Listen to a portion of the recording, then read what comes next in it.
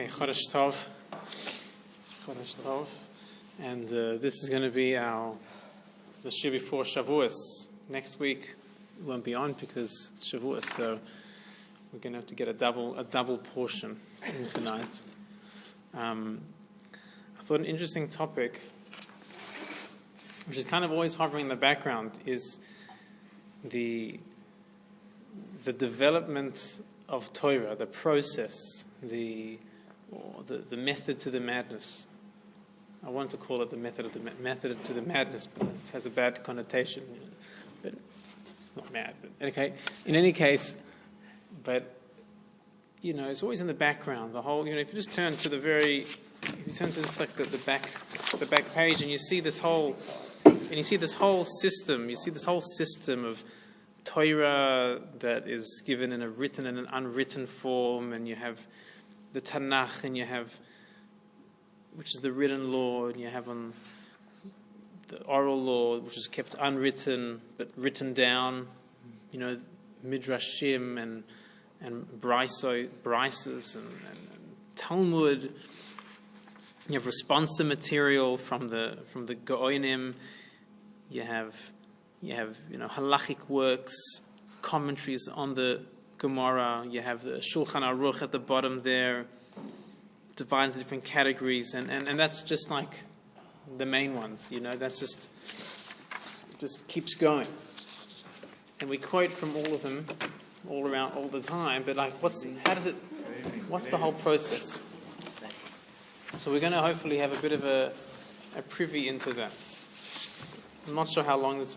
We can keep going. It's probably we could spend many sessions looking at the different intricacies of these, and we'll just have to start off somewhere. So the first thing to understand is what the Torah is trying to do, or what are we trying to do when we study Torah. So I brought the first source, which we're not going to do the whole of that source, from the Run. Is one of the Rishonim. And he starts talking about the nature of punishment. And he says punishment is never good in and of itself. Otherwise, we would be commanded to take revenge on people. He says it can't be that punishment is a good thing, it's intrinsically good. It's there to either teach people or to correct people's ways. And then he says, well, that's good for this world. And what about the next world? You can't say that punishment in the next world is to help them correct their ways. It's too late. You can't say that in the next world it's there so other people can learn a lesson. No one's watching. So he says, and I'll just bring you just to that. If you just turn the page, he then says, Nitzrach loymar, you have to say,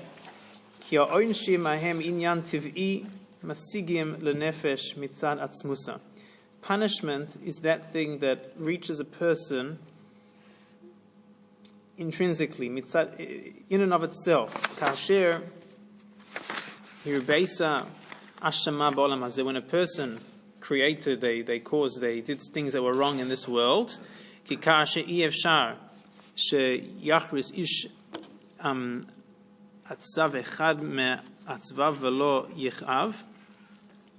So he says the same way, he says, just as it's impossible for a person to cut his nerves without experiencing any pain, right? Velo yichav, ken likewise efshar sheish mimenu yimrod b'Hashem yisbarach. It's impossible that a person can rebel against his Creator, v'yamos b'mroidoi, and die in his rebelliousness, v'lo yasigenu ha'oneshahu, and there shouldn't be some form of repercussion. In other words, just like there are immutable laws of nature, so too there are immutable laws of the spiritual world, the metaphysical. And the same way that you can't say, why should it make a difference if I eat why does God care if I eat a spotted purple mushroom in the middle of a forest? Why should God care? The same way you can't ask, why should God care if I turn a switch on Shabbos? Why would God care? So firstly, they're not arbitrary. Neither one is any more arbitrary than the other, and neither of them are arbitrary. They have a purpose. This is the way the world was created. God is immutable, and there's a certain immutability in the laws of nature, as well as in the spiritual realm. So when a person studies science, they're studying these laws. They're studying what's these laws, how can we access these, how can we understand them, how can we manipulate them, how can we maximize them, what can we do with them, hopefully for good purposes. The same thing is true in the world, in the spiritual realm. We're trying to understand what are these immutable spiritual laws. That's the study of Torah. What a scientist does to the world, that's what the Ben Torah does to the Talmud. We're trying to understand what are these laws all about? How can I understand the intricacies of these laws? That's just like a scientist is trying to understand the intricacies of nature.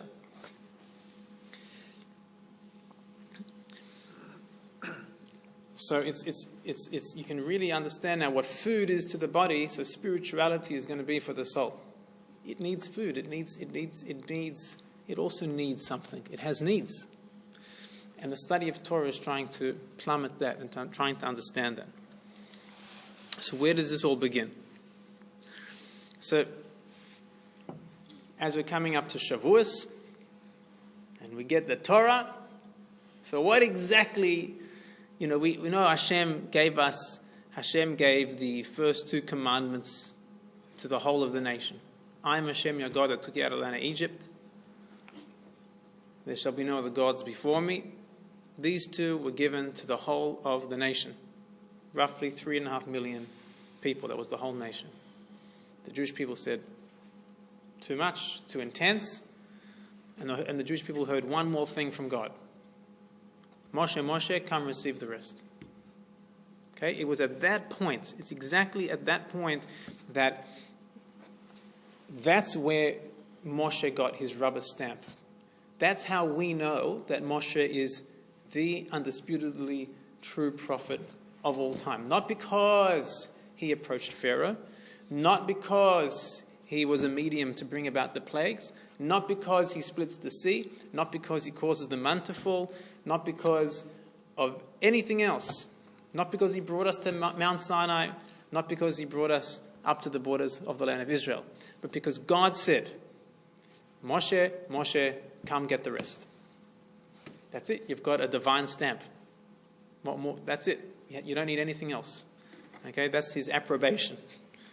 God signed his signature on his name. That's pretty good. So then Moshe goes and receives the rest. What did he receive? And you can't now just say Torah. What did he get? He got the tablets. Okay, good. So he was a pharmacist. Is that it? Is that it? So he was a pharmacist. Is that all that he got? Is that all that he got? So he just got 10 commandments. So he didn't know about tefillin. Oh, he did. The oral law as well. So what is the oral law? What does that mean? The oral law doesn't fit into a bag. Okay? So let's have a look. We have to try to break down what Moshe got. So if you look at source number 2, it says like this: Vayomer Hashem al Moshe, and Hashem says to Moshe, Ale alai, hahara, ve'ei sham. Moshe, get up the mountain, and I want you to wait there. Ve'etna lecha, and I will give you. Okay, here's like a drum roll. This is what I'm going to give you. Es luchos, ha'even. I'm going to give you the stone tablets. Veha Torah, veha mitzvah asher kasavti lehoroisam. So how many things did he get? I'm going to give you the stone tablets with the teachings of the commandments. Plus the Torah, plus the mitzvah. Right? It's interesting. The English tries to gloss over certain difficulties here. Because it says, I'll give you the stone tablets with the teachings and the commandments. Can you see how with? But look at the text. Ve'etna lecha, I will give you et ha'et luchot ha'even, the stone tablets, and, not with, ha'Torah, and the Torah, ha'mitzvah, asher kasavti lohorosam, which I've written to instruct. So there's a few things he's getting there. Okay, he's not just getting tablets, and he's not even just getting Torah. Right? Whatever Torah is, he's getting something else that he has to also instruct people in. So you see there's something going on. The Gemara is going to unpack this for us. What does the Gemara say? He said the following. It is written,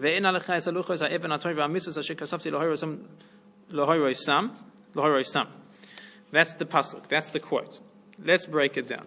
Luchos, when it says the luchos, when it says the tablets, Eilu Aseres Hadibros, they are the 10 commandments. Check. One thing Moshe is coming down the mountain with are 10 tablets. Torah, Zeh Mikra. Okay, that is the Mikra, the 5 books of Moses. Veha Mitzvah, Zu Mishnah. Okay, so we're now defining mitzvah as Mishnah. Mishnah. It says here what? Which includes explanations for the mitzvot and how they are performed. So the Mishnah is already explanations of those things that were found in the Mikra. Okay? Asher katavti, that I wrote, Elu Nevi'im v'Ksuvim. Those are the Nevi'im and the Ksuvim. So we have the Tanakh, the Torah, Nevi'im, and the Ksuvim. The 5 books of Moses, the prophets, and the writings. So here we're told that Moshe came down not only with the 5 books of Moses, not only with their explanations, but the Nevi'im and the Ksuvim, the writings. So he came down with Megillat Esther. Correct? And Tehillim that King David wrote. Okay? Lohoroi Sam, to instruct them, Ze Gemara. He came down with the Gemara as well. Melamed shekulam nisnu leMoshe miSinai. Everything was given to Moshe. So there you have it. What did Moshe get at Mount Sinai? Everything.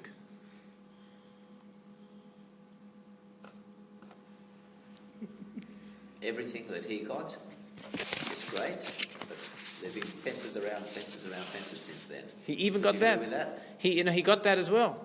The fences were only built. Rabbi discussed it a year ago, 5 years ago, and 50 years ago. Now I'll explain. The fences that you referred to, known as the takana or a gezerah, they are only allowed to be implemented by the rabbis until the sealing of the Gemara by Ravina and Ravashi in the year 500, which means any gezerah or takana, any decree that was implemented by the rabbis on the nation, could only take place so long as the Gemara was not sealed. It was sealed in the year 500.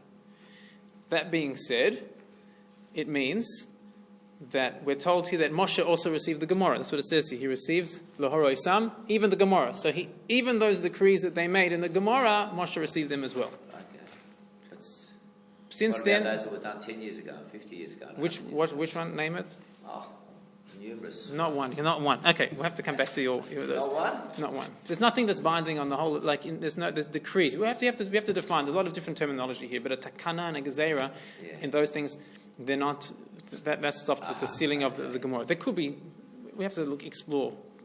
It's going to come a lot later. That's quite different between Sephardim and Ashkenazim, different rabbis. Yeah, I saw a teacher. I was listening to a teacher this week. I was watching one of his classes, and he told one of the students. He says, I know how to tell the future. I can help you how to know what's going to happen in the future.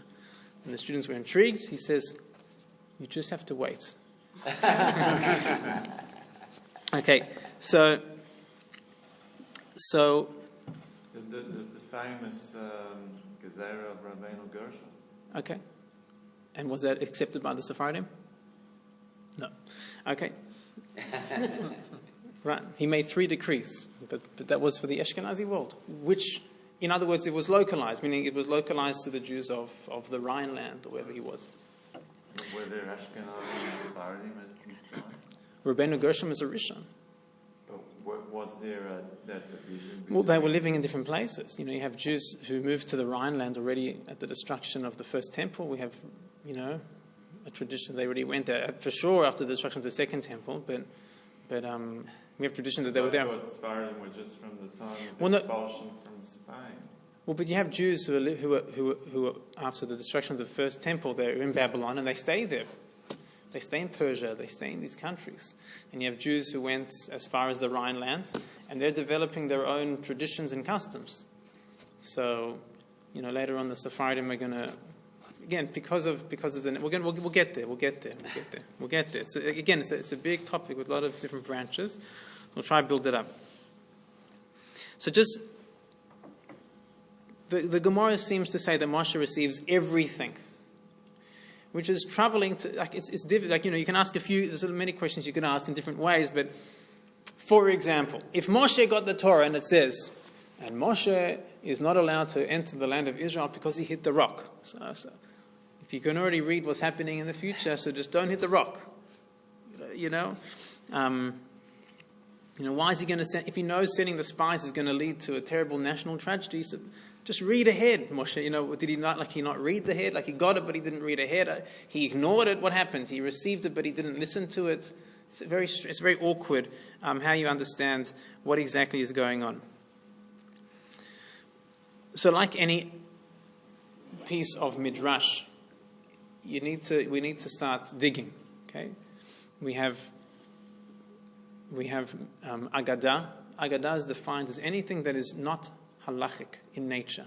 Anything that is not law-based, L-A-W, is considered to be Agadah, and then you have to look at it with a careful eye. As the Rambam says, if you believe every Agadah at face value, you're a fool. He says if you deny the truthfulness of the Agadah, you're a heretic. He says, therefore, and then he says, therefore, you have to obviously look at it with a careful eye. You have to understand, some will be historically true, some will be there to convey a message. I had a Rabbi Wein, Rabbi Beryl Wein? So he would tell many stories, and every now and then people say, is that true? So he would classically say in his monotonic voice, all my stories are true. They just haven't all happened yet. That's what he said. Which means my stories are true. It's not true whether they've happened or not. That doesn't make something true. This is the way I understood what he means. What makes it true is that the message is true. It's irrelevant if it's happened or not. Is that what you're asking? Did this story happen? Who cares? That's not the point. The point is the message, and that's true. So That's a good point. So that's right. So that's the idea of an Agadah. Did it? You have to ask if it makes sense. Maybe we'll do another series on the on Agadah, and we'll look at it from the perspective of the Vilna Gaon, who builds Jewish philosophy out of different Agadot.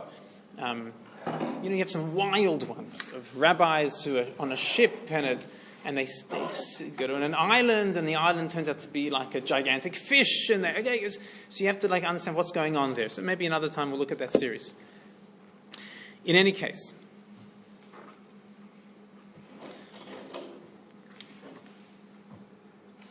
like this. What's going on here, and we'll see it from the different commentators, is that the Torah consists of a series of values. And those values is what Hashem gives to Moshe. The concretized, absolute, immutable values. That is what is given over to Moshe. Okay? How a Jew should think, how a Jew should live, how we relate to the world around us, that is what's given to Moshe.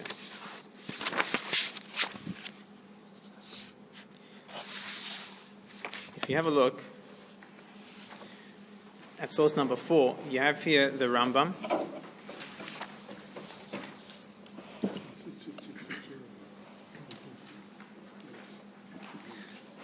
And often, the topic that we're discussing now the placement, when the different commentators are speaking about this topic, it's always at the beginning in their introductions. They're talking about the nature of the nature of the Torah.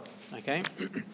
So the Rambam says, Da ki kol mitzvah shenasan HaKadosh Baruch Hu leMoshe Rabbeinu alav hashalom nasan loi bepirusha haya omer loi hamitzvah v'achar kach omer loi pirusha v'inyona. So first, Hashem gives over to Moshe, says the Rambam. You should know that when Hashem gives Moshe anything, he first gave it. He gave it with his explanations. V'chen amru Rabbeinu, and he now quotes the Gemara that we just saw. Vayidaber Hashem el Moshe Bahar Sinai. What's it mean to say Bahar Sinai? V'halo kol. That's talking about Parshas Bahar. We read it last week, where it says like this: the Parshas Bahar talks about the mitzvah of Shemitah. So that's nothing specifically special. The Torah speaks about many different mitzvot. Okay. But what makes it particularly interesting and eyebrow-raising is when it says, these are the laws that Hashem spoke to Moshe at Sinai. And then it talks about the laws of Shemitah. You know, we're used to, and God said to Moses the following, ... That's very regular. Here's like, Vayidaber Hashem el Moshe behar Sinai. This is what God spoke to Moses at Har Sinai. So why are you telling me that this is what God spoke to Moses at Har Sinai? What's the emphasis? Okay? And how does the Gemara learn this out? What's it coming to teach us? V'halo kol Torah kula ne'emra b'Sinai. Was not all the Torah given at Har Sinai? Ela, rather, is coming to tell you, Lamar lach ma shmita ne'emra b'klaleha uprateha v'diktukeha m'Sinai. Just like the laws of Shemitah were given in their generalities, in their specific laws, in their details of the laws, all the laws were given in the same fashion. In other words, it's teaching you the methodology of how all the other mitzvot were given. Then the Rambam, which I put in small print over here, says, I'll give you an example. You know, we have a mitzvah to sit in a sukkah for 7 days. So then Hashem would say, okay, these people are obligated, these people are not. This is what you can make it out of, this is what you can't make it out of. This is what you need to make the walls out of, this is what you need to do in the sukkah, this is what you can't do in the sukkah. And the Rambam breaks it down to give us just an inkling of what does it mean that the mitzvot were given in their generality and in their specific, whatever the word is. And then he carries on. And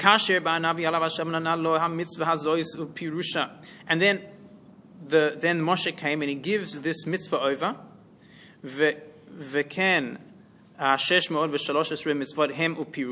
Moshe gives over the 613 mitzvot.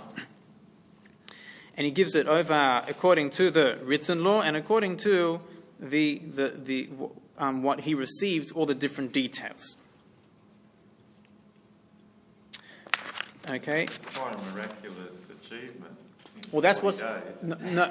It was 3 times 40. So what Moshe received, that's pretty miraculous.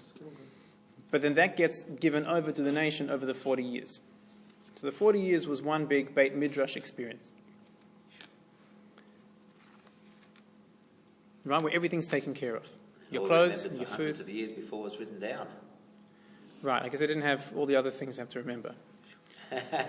You know, people complain they can't remember things, but trust me, you know, just take an average student. They remember, you know, tens and tens of songs and lyrics and scripts off by heart when they want to. Right? They can recall, if there's a good movie going around, they'll know whole scripts of movies. Whole scripts. Right? So it depends. What do you want to dedicate your memory to? We have the ability. So the Rambam continues, and he says, so Moshe says, guys, I'm going to die. And he says, Moshe says, look, I'm putting out an announcement. If there's anything that I would have said to you that you didn't understand, can you please come now and I'll explain it. Okay? Any unclarity. Now, this is a big statement. Yeah, I've just taught you the whole Torah. Is there anything that's unclear? Okay? So Moshe is going to clear up any clarity. which means, okay, we'll see the ramifications of that. In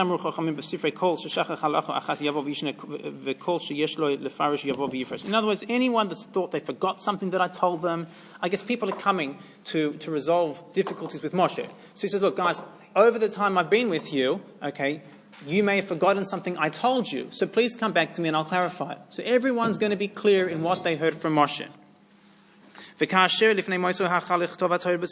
Moshe wrote, you want to hear miraculous? On the day of his death, he wrote 13 Sifrei Torah.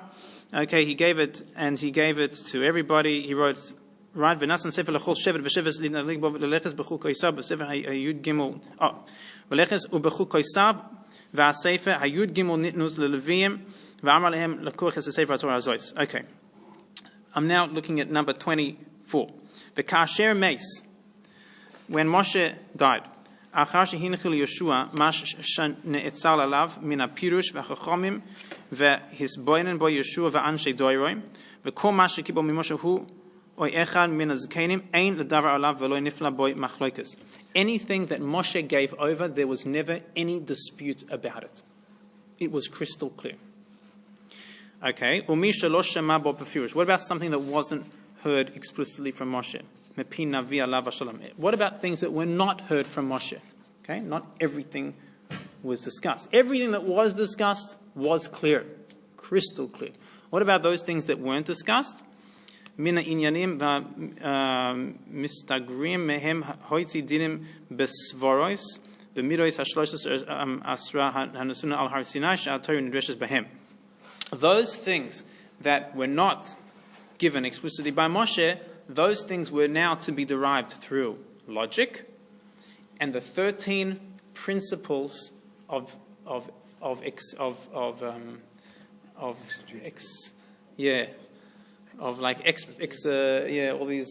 darshan out to exegesis.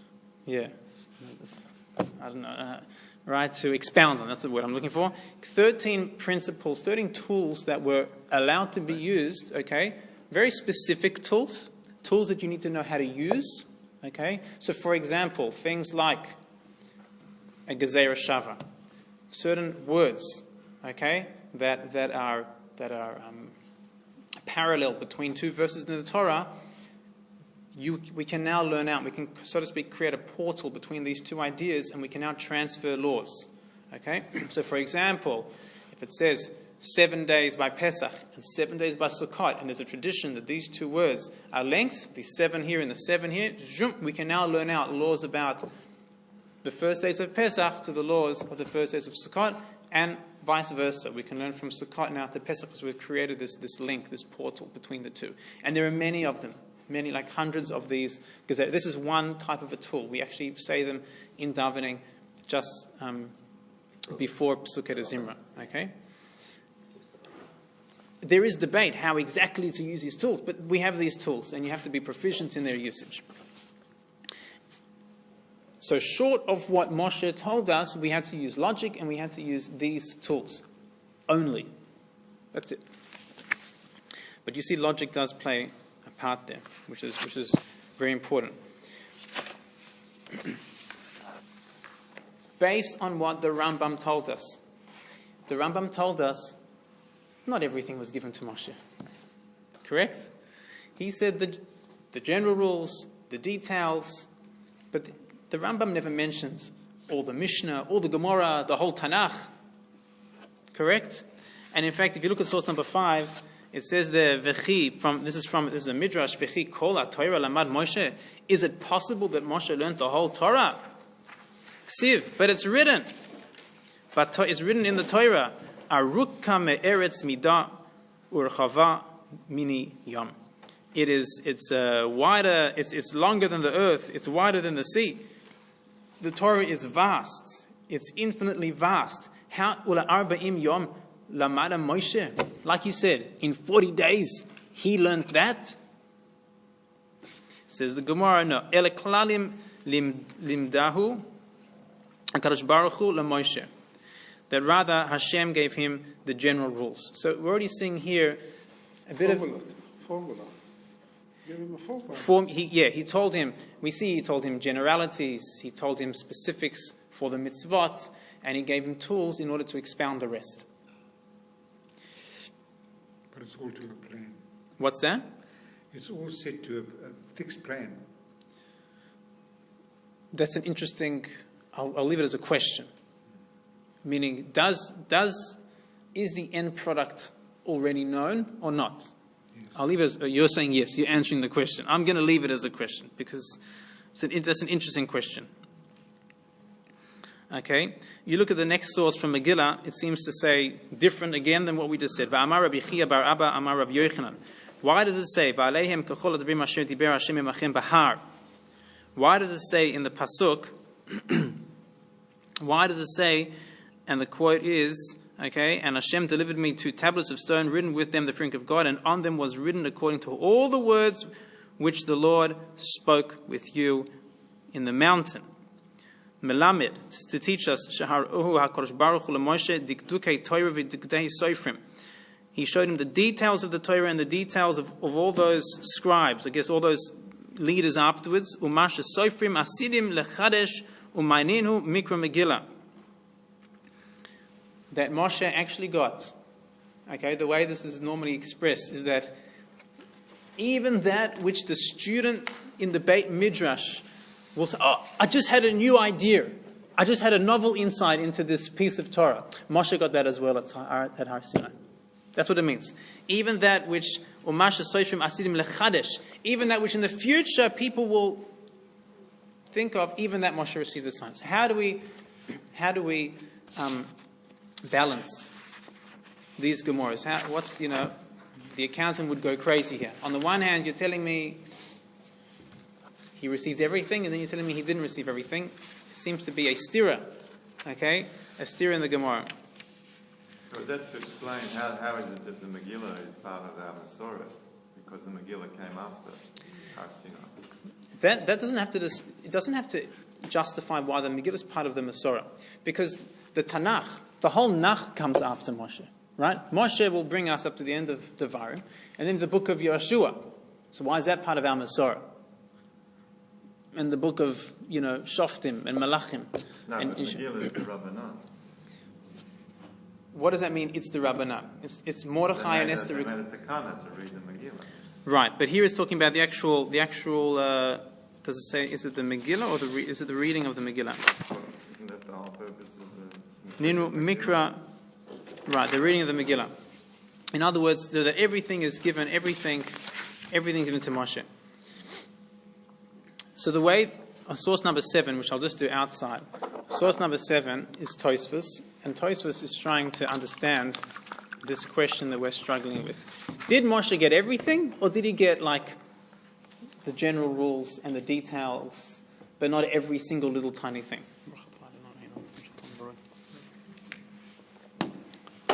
So the Tosfos Yom Tov says a very interesting distinction. You often whenever you're learning, and you think there's no ways to get out of this. You're stuck. Something's got to... How do you get out of this? He either receives everything or he didn't receive everything. How can you harmonize this?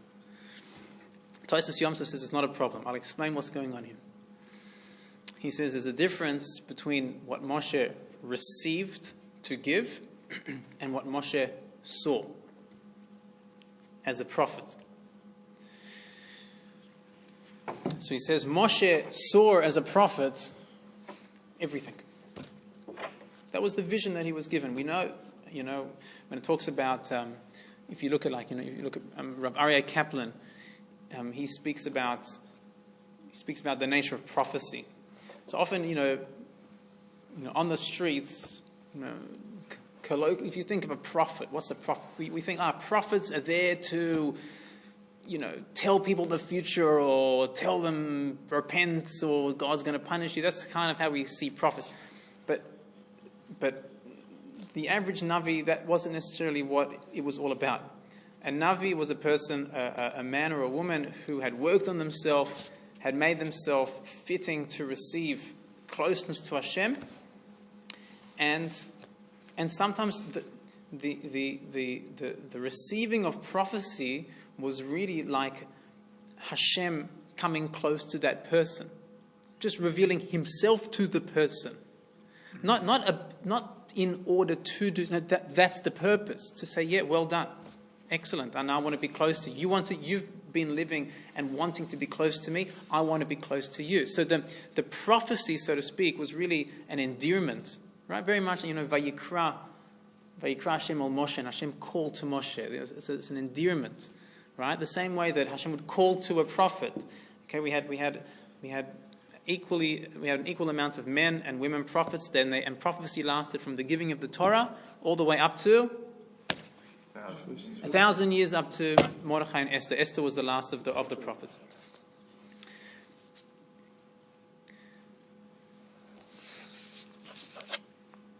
So Moshe receives this as a nevuah, almost like an endearment.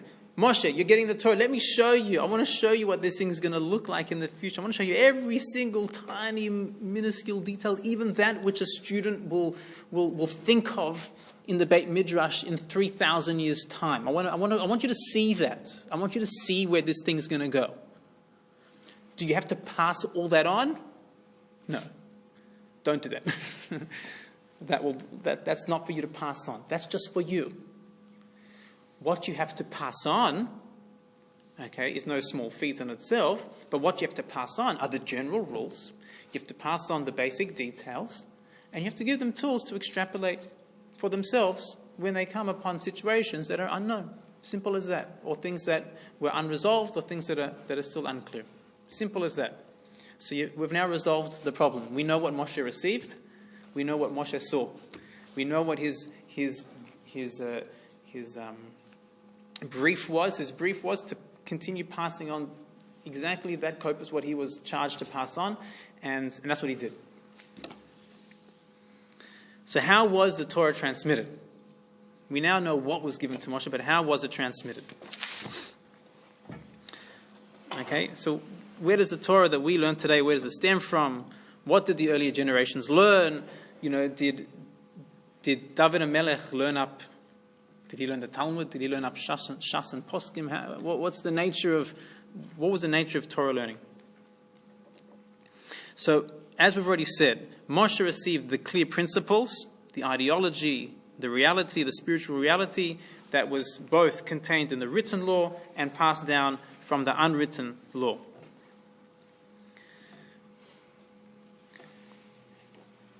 The medium, the way he taught that over, was up to him. The pedagogy. How do you say that in Hebrew?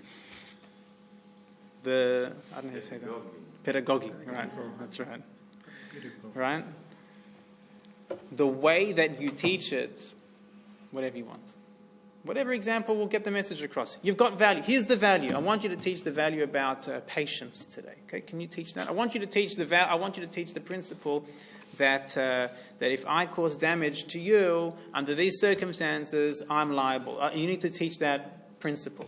So now maybe you'll use the example of a car. Maybe you'll use the example of a horse. Maybe you'll use the example of an ox. Maybe you'll use an example of a rock. I don't know. Maybe if you want to tell me about patience, you'll tell me a parable with foxes. Maybe you'll tell me a parable with rabbits. Maybe you'll tell me a parable about when you had to wait in line for 4 hours to get something. I don't care. Just teach the value, Moshe. That's it. That's all you've got to do. So the medium is fluid. It's always changing. Changes based on the world around you. Changes based on the cases that are presented to you. But the values, they're immutable. They can't change. They stay static. That is how the Torah Shebaal Peh was to be transmitted.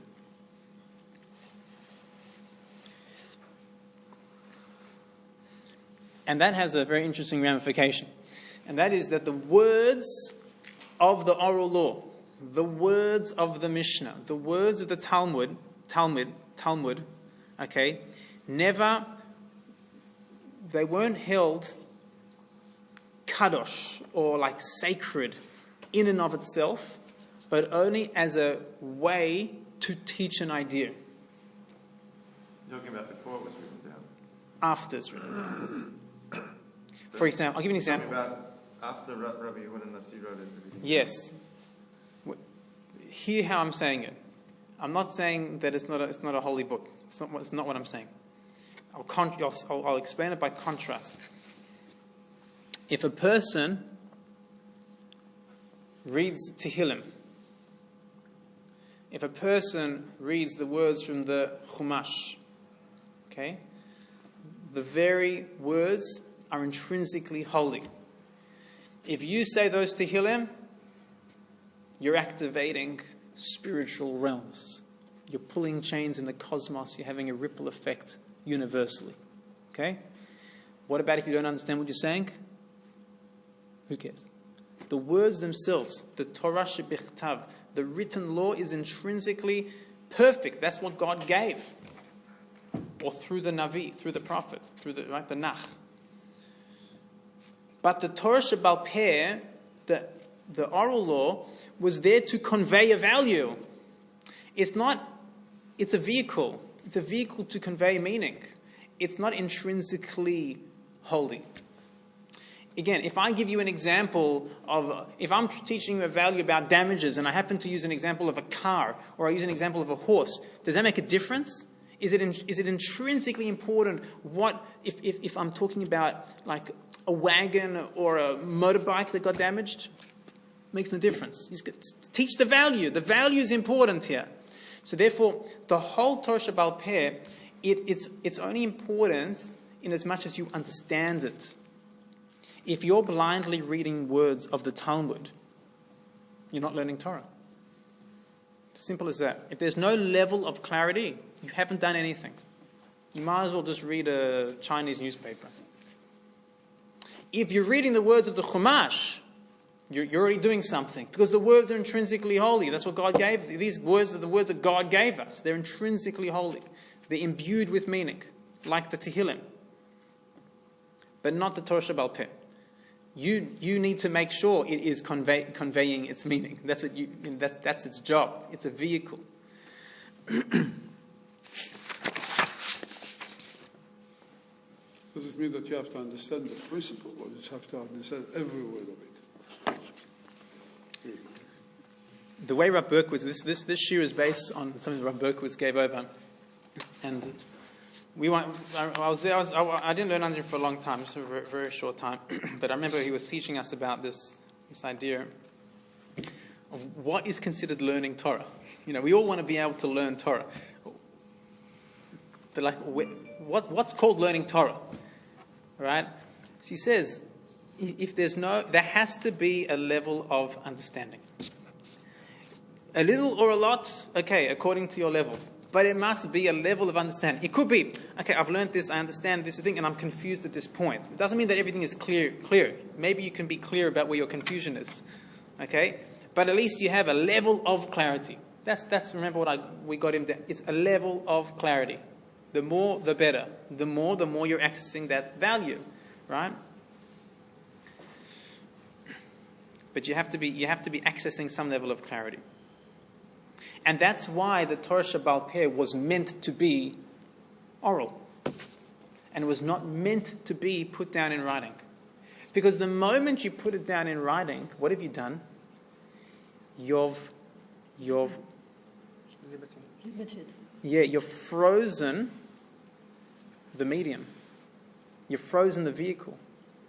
Correct? It's meant to be fluid. It's meant to be bringing examples, meant to be speaking to the level of the students, meant to be hitting them where they are to teach those immutable, perfect values. The oral product, the oral Torah is a byproduct. It was meant to, the oral law has a place, and it's meant to be fluid. It's meant to be ever-changing in its way that it's given over. Okay, because the way that you speak to different people and generations is always changing.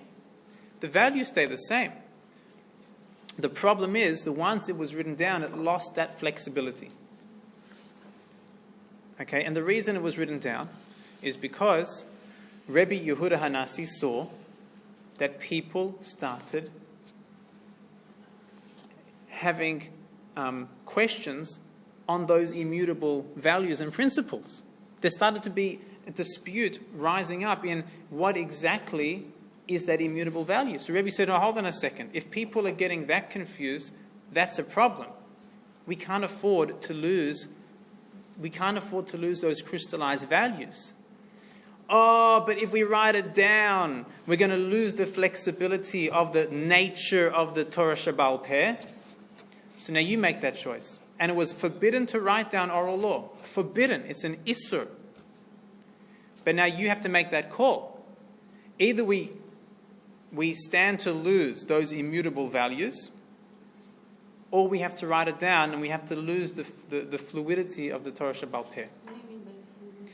That has to be, it has to be, I don't know how you say fluid. It has to be flexible. You always have to be able to... This is Rimash, Zoran. Zoran. But it's not Kiddush Shachor or no. I'll explain. For example, I'll explain by what Rabbi Yudnasi had to do. So Rabbi Yudnasi, he said, look, there's a problem that the people are becoming unclear about what exactly is the value. I will give you, and not just him, it wasn't him, he collected. He said, okay, everybody give me all your teachings, okay, and we're going to get the perfect version of all of this. And he put it in the form of case study, case law. The whole Mishnah is case law. In this instance, blah, blah, it's mutter, it's asur, it's patur, it's mutter, it's forbidden, it's not, it's pure, it's impure. He just, a whole lot of cases, over 6 books. Okay? But his examples, we are still working off his examples 2,000 years ago. Wouldn't it be better to use modern day examples? Sure would be. But how do you know that your example is perfect? How do you know that your example that you're going to now use to teach me the laws of damages, how do you know that your cases are perfect? And your answer is, you don't. But Rabbi, you got the benefit of 2,000 years of experience, Farashim on that. But do you have a crystallized knowledge of the value that you can now confidently tell me your own specific case to teach me that law? No, I'm saying the opposite. I'm saying that because we've had a Masorah of relying on Rabbi Yehuda Nasi's version for so long, yeah, we have to stick to Rabbi Yehuda. Correct, because we know that we've got everybody else relying on it. It's not only because everyone else relying on it, it's because we can rely on him. we can safely say, if Rabbi Yehuda HaNasi told us that this is, if I study this case is true. Because he told, this is the case, this case works. I don't really relate to horses and oxen and plow and all these things that was commonplace to them. Okay, what can I do? You're right. On the one hand, I lost out. This is the point. I lost out on being able to get a case that perfectly speaks to me, because I'm not living 2,000 years ago. But at least I can access the value behind it with clarity. Right? I know that at least that's going to be accurate. And now I've got to get into that headspace of oxen. You take the average yeshiva bacha and you ask him what does an ox look like, he won't have any clue, but he'll tell you all the laws surrounding them. Okay? Because that's the laws of damages are talking about, oxen. But people continue to get confused. The ram and the sheep and the lamb, they still don't know the family and who belongs to who and which one's the male and which one's the goat, or is it a sheep? But the point is not the animal. The point is the value that we're desperately trying to chase behind it. The closer the Har Sinai, the closer it's more original, more authentic. Correct. Closer. Correct. 100%.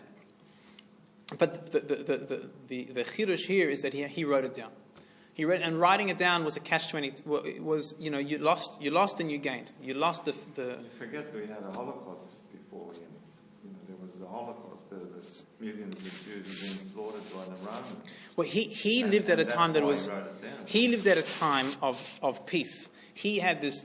He had a relationship with the Caesar, the Gemara tells us, and that he had a free reign, and he realized that this is not by chance. He also realized it's not going to last, and that the fact that he had this opportune time, he used it, and he used it to be able to, while all the Jews are together, and he can still make some sense of the whole package. However, in his genius, okay, now people will see this. People always ask, why is learning Torah so confusing? Why isn't it set out like my maths book? Okay, in a nice linear fashion, with topics, and just tell me as it is.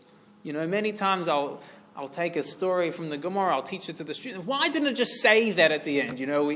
We finally, after an hour, we build one message from. So couldn't it just say that? Save us all the hassle. Okay, I hear the question very often. The answer is, it's Rabbi Yehuda Hanassi's fault. And he did on purpose. You see, it's genius. It's sheer genius. He took something that was meant to be oral, and he put it into writing, but he kept it oral. That's what he did. It was meant to be something that was passed down from teacher to student, parent to child. He had to write it down. But he wrote it down purposely vague. He set up contradictions. Contradictions if you don't know what's going on. If you don't know what's going on, you will see contradictions. You'll say, but hold on, the Mishnah says this here, and the Mishnah says that over there. The cases, they seem to be the same, but the outcome, the din, the halacha is different. That's strange. I don't understand it. Can anyone help resolve this? Let me go to my teacher. And thus, Rabbi Yehuda Hanassi set the groundwork for, on the one hand, something that was true, because he put down these examples, but something that you couldn't do by yourself. One example, a little example, just to show you what I'm talking about. There's a famous Gemara that a lot of you, I'm sure you've heard of, Shnaim Ochzim B'Talis, which is a case of two people. If this is a talit, and you've got two people who are grabbing hold of it, and they're saying, this is mine, and this one says, this is mine, and this is mine, and they go to the court and they say, help us, we're arguing over whose talit does this belong to. Now, there are many types of disputes in the Gemara, okay, about this is mine, okay? Sometimes the outcome is sell it, split the proceeds. Sometimes we say, call the alim gavar, which means whoever's strongest wins. Or it could mean, sometimes we say, we have to leave it unresolved. We have to wait till Eliyahu and Avi comes.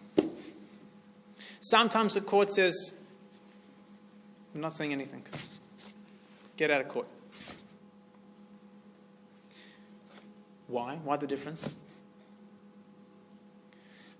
So that's the way Rabbi Yehuda Hanassi set it up. That if you don't have access to a teacher who's giving you that proper Masorah, that proper tradition about how to understand all these different contradictory cases, to show you the nuances. This one's dealing with two people who are quarreling over a boat.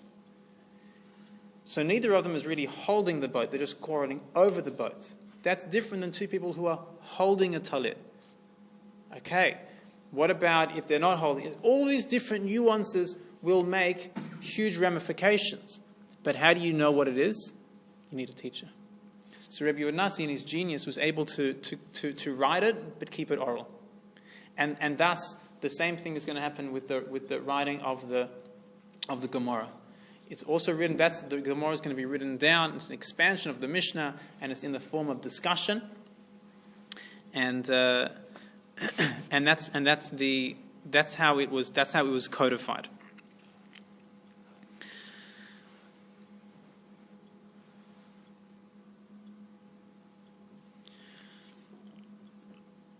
So when and you also see how, the written law, which is passed down exactly like that, with scrolls and scribes, and you pass that down. But the Torah Sheba'al Peh, based on what we just said, it makes sense. Now you understand, it's not something that's in a book anymore. It's not in a book. It's in the hearts and minds of the Jewish people. Right? And at the beginning, Even when Rabbi Yehuda Nasi wrote it down in the form of the Mishnah, and when it was written down in the form of the Gemara, they did not study those texts per se. They continued doing what they had been doing, learning from teacher to student. But if there arose a dispute, they would say, okay, let's go to the Mishnah.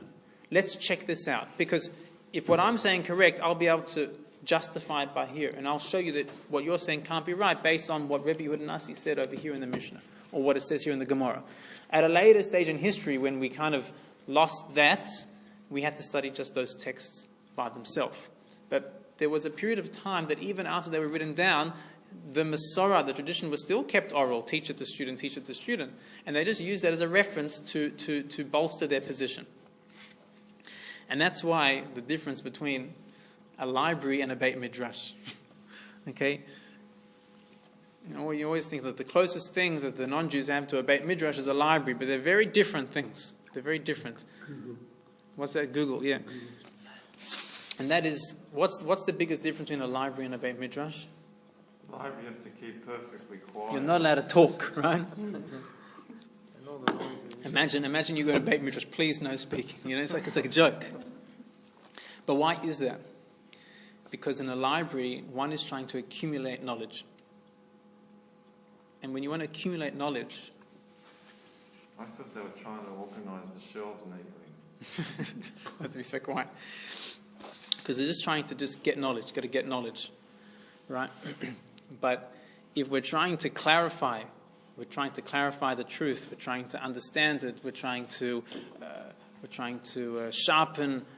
sharpen my opinion, I'm trying to understand yours, so that's a process. It's a process that can only be done through debate and discussion. It's not just accumulation of knowledge.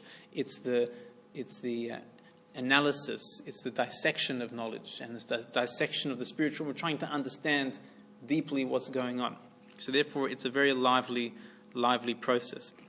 Some way you couldn't study, Mishnah and Gemara on your own. It needs to be... Right. It is important. Again, obviously, if you have a choice between not studying and studying on your own, so study, But ideally, you always find the person whoever you're learning with, you always see has different opinions than you. So then you're forced to clarify it, you're forced to justify, you're forced to understand and to question his understanding, and it helps. The Gemara describes it as two swords. When the two swords rub against each other, they sharpen themselves. Each sword sharpens the other. If you only have one sword by yourself, so it ain't doing much. So we have a Masorah from Moshe till today. We have multiple chains.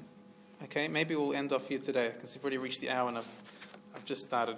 But just one point, you've jumped from Torah to Halakha.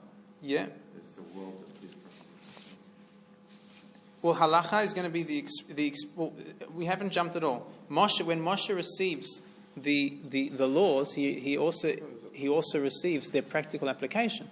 And the Rambam explicitly explained to us, he said, for example, you shall sit in a sukkah for 7 days, this is what it looks like. This is who's obligated. This is how you build the sukkah. This is what you have to put on the sukkah. This is how you use the sukkah. So these are the halachot. This is the expression of practical living that Moshe received at Har Sinai, just like he received the laws of Shemitah, and that's what he passed on to the Jewish people. But that's not halakha l'maaseh. Why not?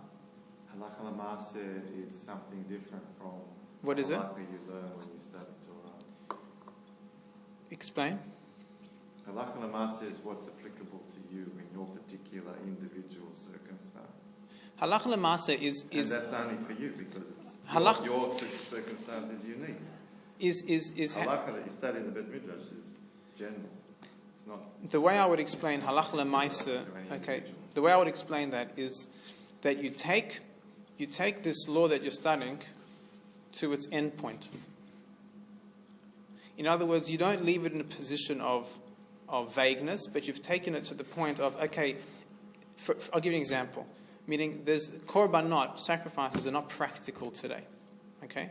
But if you're learning a Gemara about a sacrifice, you can learn that l'maaseh. You can say, okay, given the verse in the Torah, given the way that the Mishnah explains it and the Gemara expounds in it, and the way that the Rosh and the Rambam talk about it, and the way that is brought down in Halacha in the Rambam, this is how this sacrifice will be brought today.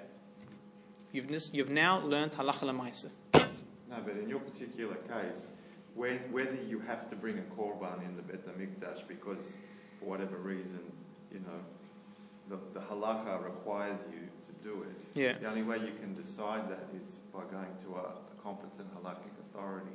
What? Why? Posek. Why? You can. Because the laws are just too complicated for an individual. Who to said? understand. You can't paskin for yourself. You can't paskin. You're not a posek for yourself. That's only. No one is going to say that you know the halacha better than a posek, right? No one's going to let you do that. And therefore what? So you can't poskin for yourself. You have to go to a competent halakhic authority. That's you what is halakha l'maaseh. That's an unfortunate situation that our generation finds ourselves in. So, for example, That's thousands of years of situation. Not necessarily.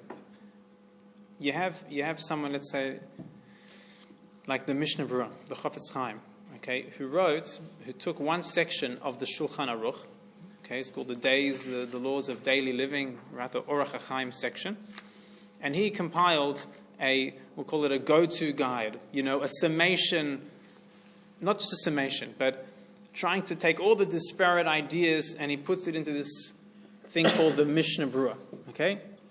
Familiar with it? Yeah? Have you ever read his introduction? Maybe another time we'll learn his introduction.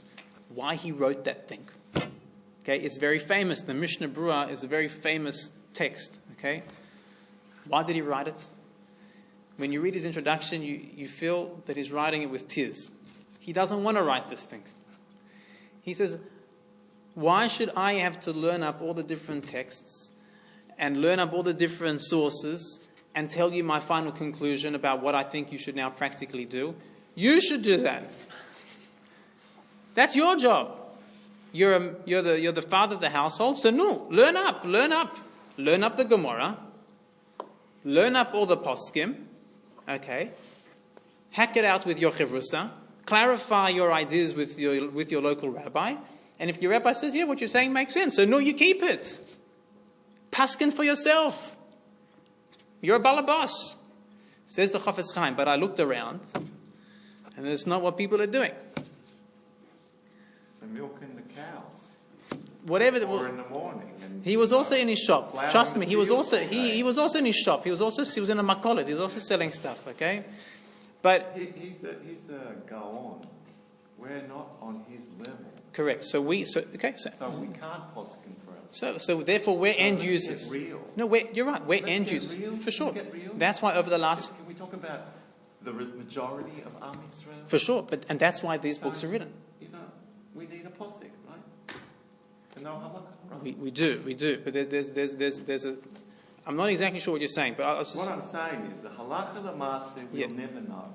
What does that mean? We'll never know. Because we can't study Torah for 30 years like the Chafetz Chaim before he wrote the Mishnah Berurah. And therefore, we have to go to someone who did study Torah for 30 years to know what halakha l'maaseh is. That's what I'm saying. But we're still. That's why we have Rabbi. That's why we have. Correct. That's why we have Bet Din. That's why we have. They help us understand that for sure, and that's why we have a plethora of books. To keep the Masorah going from the majority of Am Yisrael who are working all day and will never know the halakha l'maaseh, right? Correct. Unless they go to the competent. Correct, but they're not exempt. What I want to add there is that we're not exempting ourselves from trying to be part of the process as much as we can. We can learn Torah, but we won't know halakha l'maaseh. Well, you can. You can. Firstly, we need to try. We need to try. My point is not that we all have to learn halakha. We have to know everything halakha l'maaseh. I'm explaining the process. You're starting from the end. I'm starting from the beginning. And like I told you, it's a slow process that has to unravel. And the Chafetz Chaim is responding to the changing nature of the Jewish people. The Jewish people are simply not learning up everything, coming up with their own approach to this sugya, to this topic, and then living accordingly. And therefore, he had to write exactly for that reason. He has to write the book. And many others after him continue to do that. And the books become only more specific and specialized. You'll find a book in removing bugs from plants. You'll find a book on muktzah items, right? You'll find a book on anything, any Jewish topic on interest. Ribbis. You're going to find a book, any topic you can think of, there's a book in it. Okay? The book on how to do shiluach haken, every topic has been now highly specialized because people have dedicated themselves to look at these specific topics and help us end users trying to get to the bottom line. But that's part of the process. It's part of the process. Every book says in its forward that this book is not halakha l'maaseh. You have to go to a competent halachic authority to know halakha l'maaseh. Right. But every human being is It's your choice. It's like we don't need a lawyer. Nobody's imperfect. Yeah, but the Gedolim, the really incredible minds in every century, for thousands of years, have kept the tradition going. Actually, turn to the second last page. I'll finish off. I'll finish this section 1. I'll finish this part 1 of our thing with just one chain of those people who were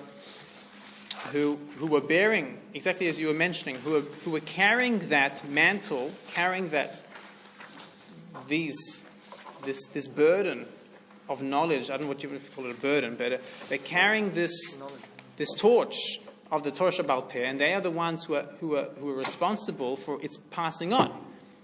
Right? They're the ones who, like you're calling the posik of the generation, who people are going to, when it comes to, I guess you could answer like this, what you're saying, that there are a lot of things that we've worked on, that the Jewish people have gone through, and we know the halacha l'maaseh, we know how to do these things.